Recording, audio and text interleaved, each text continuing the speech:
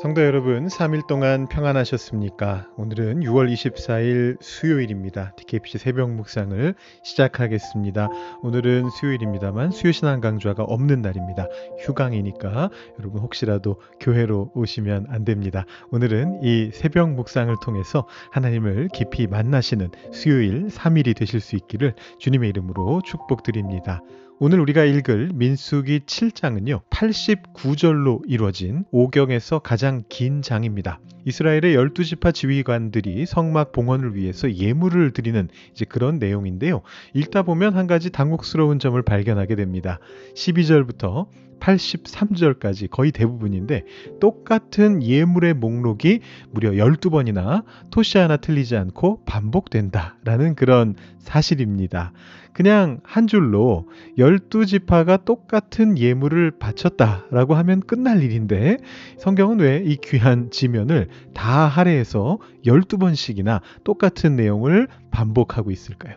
여러분 오늘 이 긴 본문 읽으실 때 이 반복이 지루한 나열이 아니라 하나님께서 우리에게 보여주시는 하나님의 사랑을 한 사람 한 사람이 똑같이 받아 누리는 바로 그것을 강조하는 구절이다 라고 생각하면서 읽어보시면 좋을 것 같습니다. 하나님께서는 이스라엘 전체를 뭉뚱그려서 그래 다 수고 많았다 이렇게 말씀하시는 게 아니고요.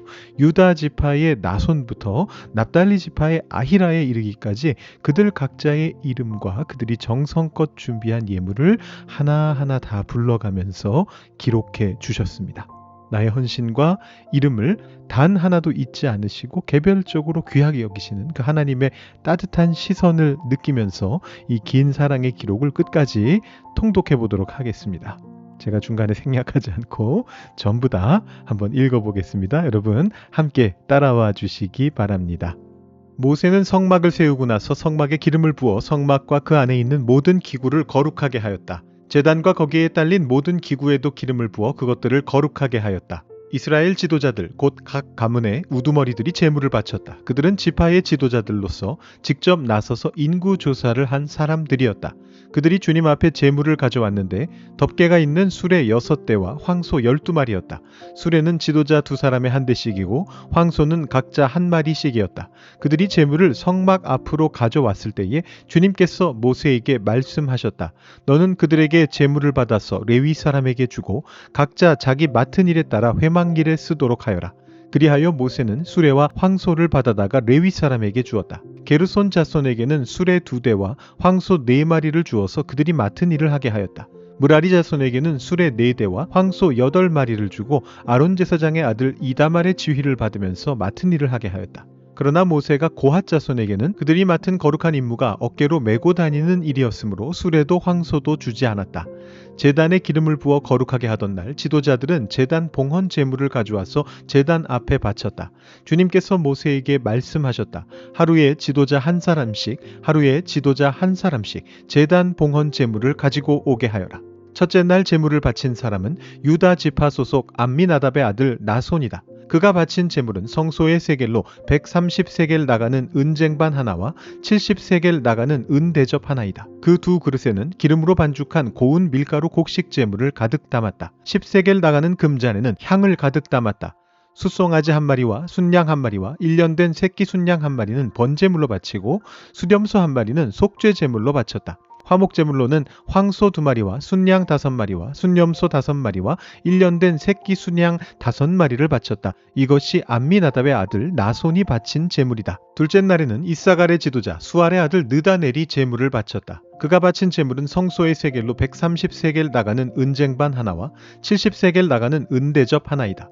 그 두 그릇에는 기름으로 반죽한 고운 밀가루 곡식 제물을 가득 담았다. 10세겔 나가는 금잔에는 향을 가득 담았다. 숫송아지 한 마리와 순양 한 마리와 1년 된 새끼 순양 한 마리는 번제물로 바치고 순염소 한 마리는 속죄제물로 바쳤다. 화목제물로는 황소 2마리와 순양 5마리와 순염소 5마리와 1년 된 새끼 순양 5마리를 바쳤다. 이것이 수알의 아들 느다넬이 바친 제물이다. 셋째 날에는 스불론 자손의 지도자 헬론의 아들 엘리압이 제물을 바쳤다. 그가 바친 제물은 성소의 세겔로 130세겔 나가는 은쟁반 하나와 70세겔 나가는 은대접 하나이다.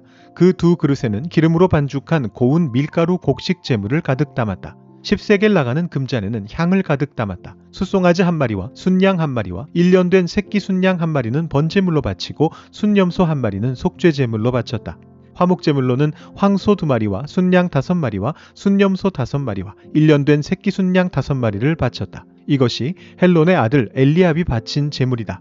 넷째 날에는 르우벤 자손의 지도자 스데울의 아들 엘리술이 제물을 바쳤다. 그가 바친 제물은 성소의 세겔로 130세겔 나가는 은쟁반 하나와 70세겔 나가는 은대접 하나이다. 그 두 그릇에는 기름으로 반죽한 고운 밀가루 곡식 제물이 가득 담겨 있었다. 10세겔 나가는 금잔에는 향을 가득 담았다. 숫송아지 한 마리와 순양 한 마리와 1년 된 새끼 순양 한 마리는 번제물로 바치고 순염소 한 마리는 속죄제물로 바쳤다. 화목제물로는 황소 2마리와 순양 5마리와 순염소 5마리와 1년 된 새끼 순양 5마리를 바쳤다. 이것이 스데울의 아들 엘리술이 바친 제물이다. 다섯째 날에는 시므온 자손의 지도자 수리삿대의 아들 슬루미엘이 제물을 바쳤다. 그가 바친 제물은 성소의 세겔로 130세겔 나가는 은쟁반 하나와 70세겔 나가는 은대접 하나이다.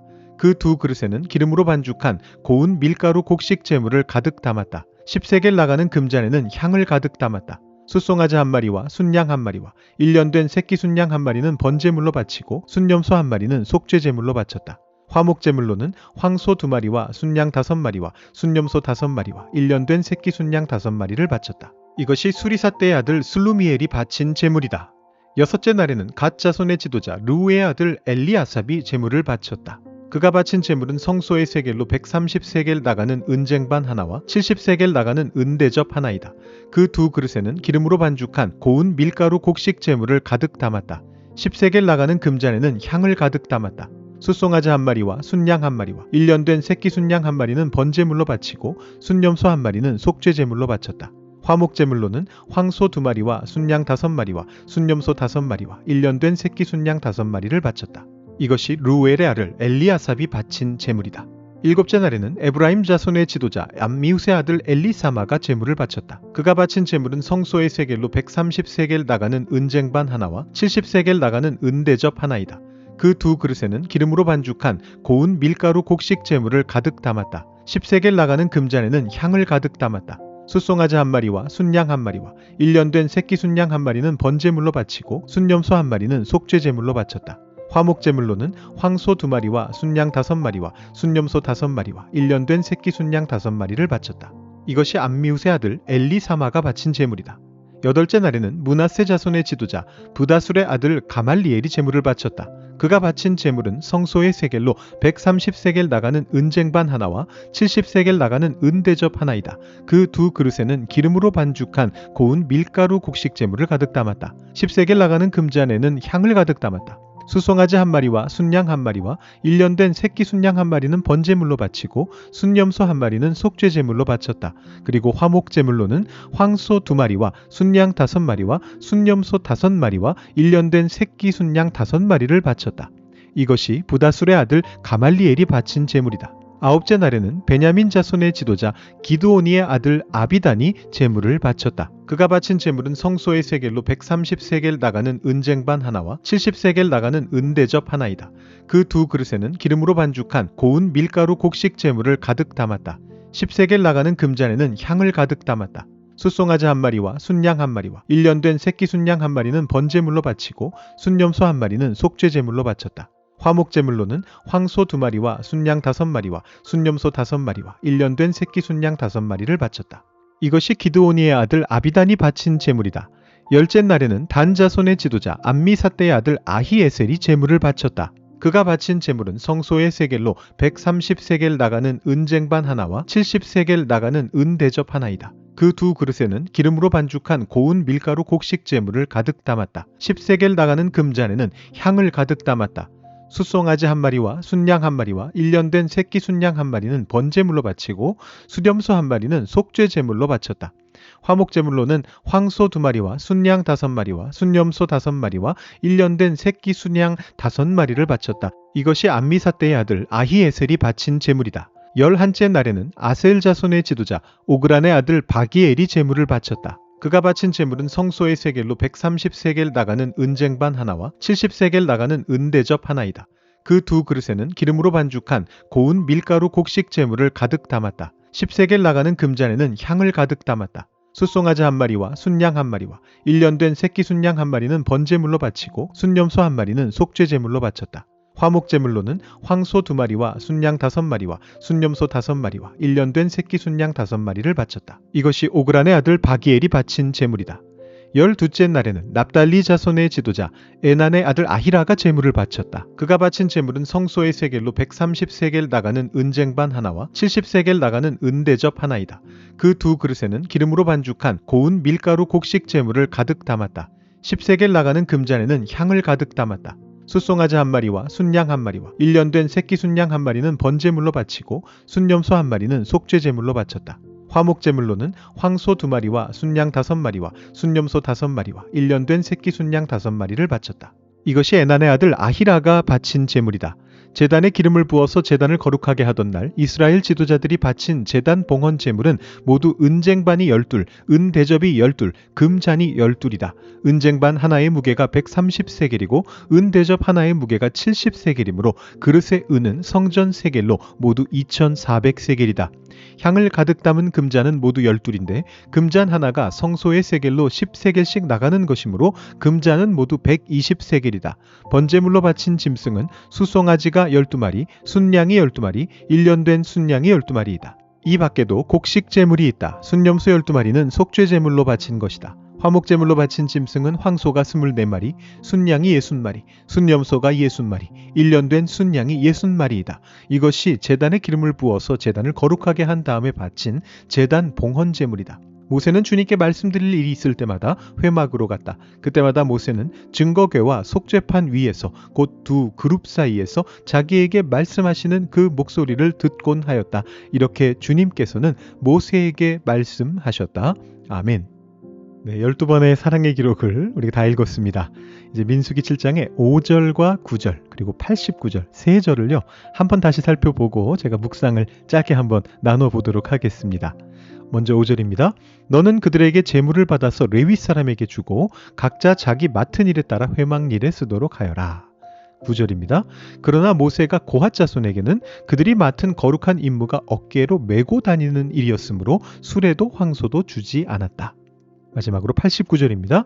모세는 주님께 말씀드릴 일이 있을 때마다 회막으로 갔다. 그때마다 모세는 증거궤와 속죄판 위에서 곧 두 그룹 사이에서 자기에게 말씀하시는 그 목소리를 듣곤 하였다. 이렇게 주님께서는 모세에게 말씀하셨다.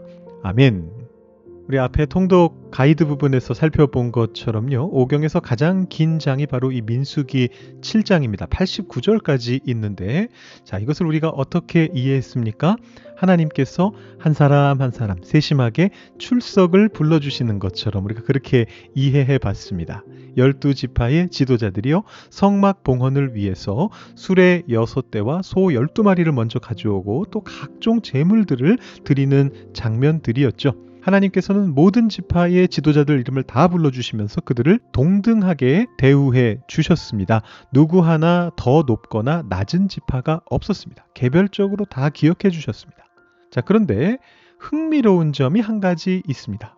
자, 이렇게 정성껏 모인 예물을요, 막상 필요에 따라 나누어 주실 때는 전혀 다르게 배분하신다라는 것이에요. 7절과 8절 말씀을 보시면은요, 성막에 가벼운 천들을 옮기는 게르손 자손에게는 수레 2대를 주셨어요. 그런데 무거운 널빤지와 기둥을 옮겨야 하는 무라리 자손에게는 수레를 4대 주셨습니다. 정작 가장 거룩한 언약궤를 옮기는 고핫 자손에게는 수레를 단 한 대도 주지 않으시고 오직 어깨로만 매라라고 그렇게 말씀을 하십니다. 여러분, 이것은 하나님께서 일하시는 방식이에요. 하나님께서는 우리 모두를 동등한 자녀로 똑같이 사랑하십니다. 우리 한 사람 한 사람을 다 기억해 주세요. 그런데 우리 각자에게 주시는 그 은혜는 우리가 짊어지는 사명의 무게에 따라서 적절하게 배분하십니다. 내가 남보다 더 많은 재능이나 어떤 자원 같은 것을 가졌다면, 그런 명성을 가졌다면 그것은 내가 잘나서가 아니에요. 내가 감당해야 되는 짐이 더 무겁기 때문입니다. 반대로 나에게 수레가 주어지지 않았다면 그것은 내가 무능해서가 아닙니다. 하나님께서 나의 어깨를 통해서 직접 영광 받으시기를 원하시기 때문이에요. 우리는 흔히 남의 손에 들린 수레의 개수를 세면서 시험에 들게 됩니다. 그러나 하나님의 공평함은요, 결과의 동일이 아니고 필요에 따라 채우시는 은혜에 있습니다. 자, 그렇게 12일 동안 각자의 역할을 다하고서 각자의 짐을 짊어진 헌신의 끝에 어떤 일이 일어납니까? 오늘 본문 마지막 89절까지 우리가 읽었는데요. 놀라운 장면을 보여주고 있습니다. 모든 봉헌 절차가 끝난 후에 성막 안에서 하나님의 목소리가 들리기 시작했다라고 그렇게 이야기합니다. 한 번 들려오고 끝난 게 아닙니다. 반복적으로 들려오기 시작했습니다. 온 회중이 한 마음으로 헌신하고 각자의 자리에서 사명을 다했을 때 하나님과 백성 사이의 소통이 완전히 열려지게 된 것입니다. 사랑하는 성도 여러분, 우리는 때로 하나님의 음성을 듣는 특별한 체험만을 사모하면서 달려가곤 합니다. 여러분, 거기까지 가시기 위해서는 88절의 헌신이 있어야 됩니다. 수레의 개수를 따지지 않고 각자의 지파대로 예물을 드렸던 그 12일의 시간, 내 짐의 무게에 맞춰주신 그 수레를 묵묵히 끌었던 그 수고의 과정 자체가 이미 하나님을 만나며 하나님의 은혜를 듬뿍 받고 있던 바로 그런 삶의 현장이었습니다. 하나님의 음성은 바로 그 함께하는 헌신의 터전 위에 임하게 됩니다. 여러분, 오늘 하루 살아가시면서 이 말씀을 다시 한번 묵상해 보시고요. 내게 주신 수레가 몇 대인지를 따지는 것보다 내 이름을 불러주시는 그 하나님의 사랑에 감사하면서 우리 공동체가 함께 주님의 목소리를 듣게 되는 그 영광의 자리로 나아갈 수 있기를 소망합니다. 우리가 각자의 자리에서 기쁨으로 사명을 다할 때 주님께서 우리 사이에서 가장 선한 목소리로 말씀해 주실 것입니다. 함께 기도하신 후에 여러분들의 개별적인 기도 제목 하나님 앞에 올려드리시고 하나님께서 그 음성을 들어주심을 확신하시는 가운데 오늘 하루를 기쁨으로 시작하실 수 있기를 바랍니다. 기도하겠습니다.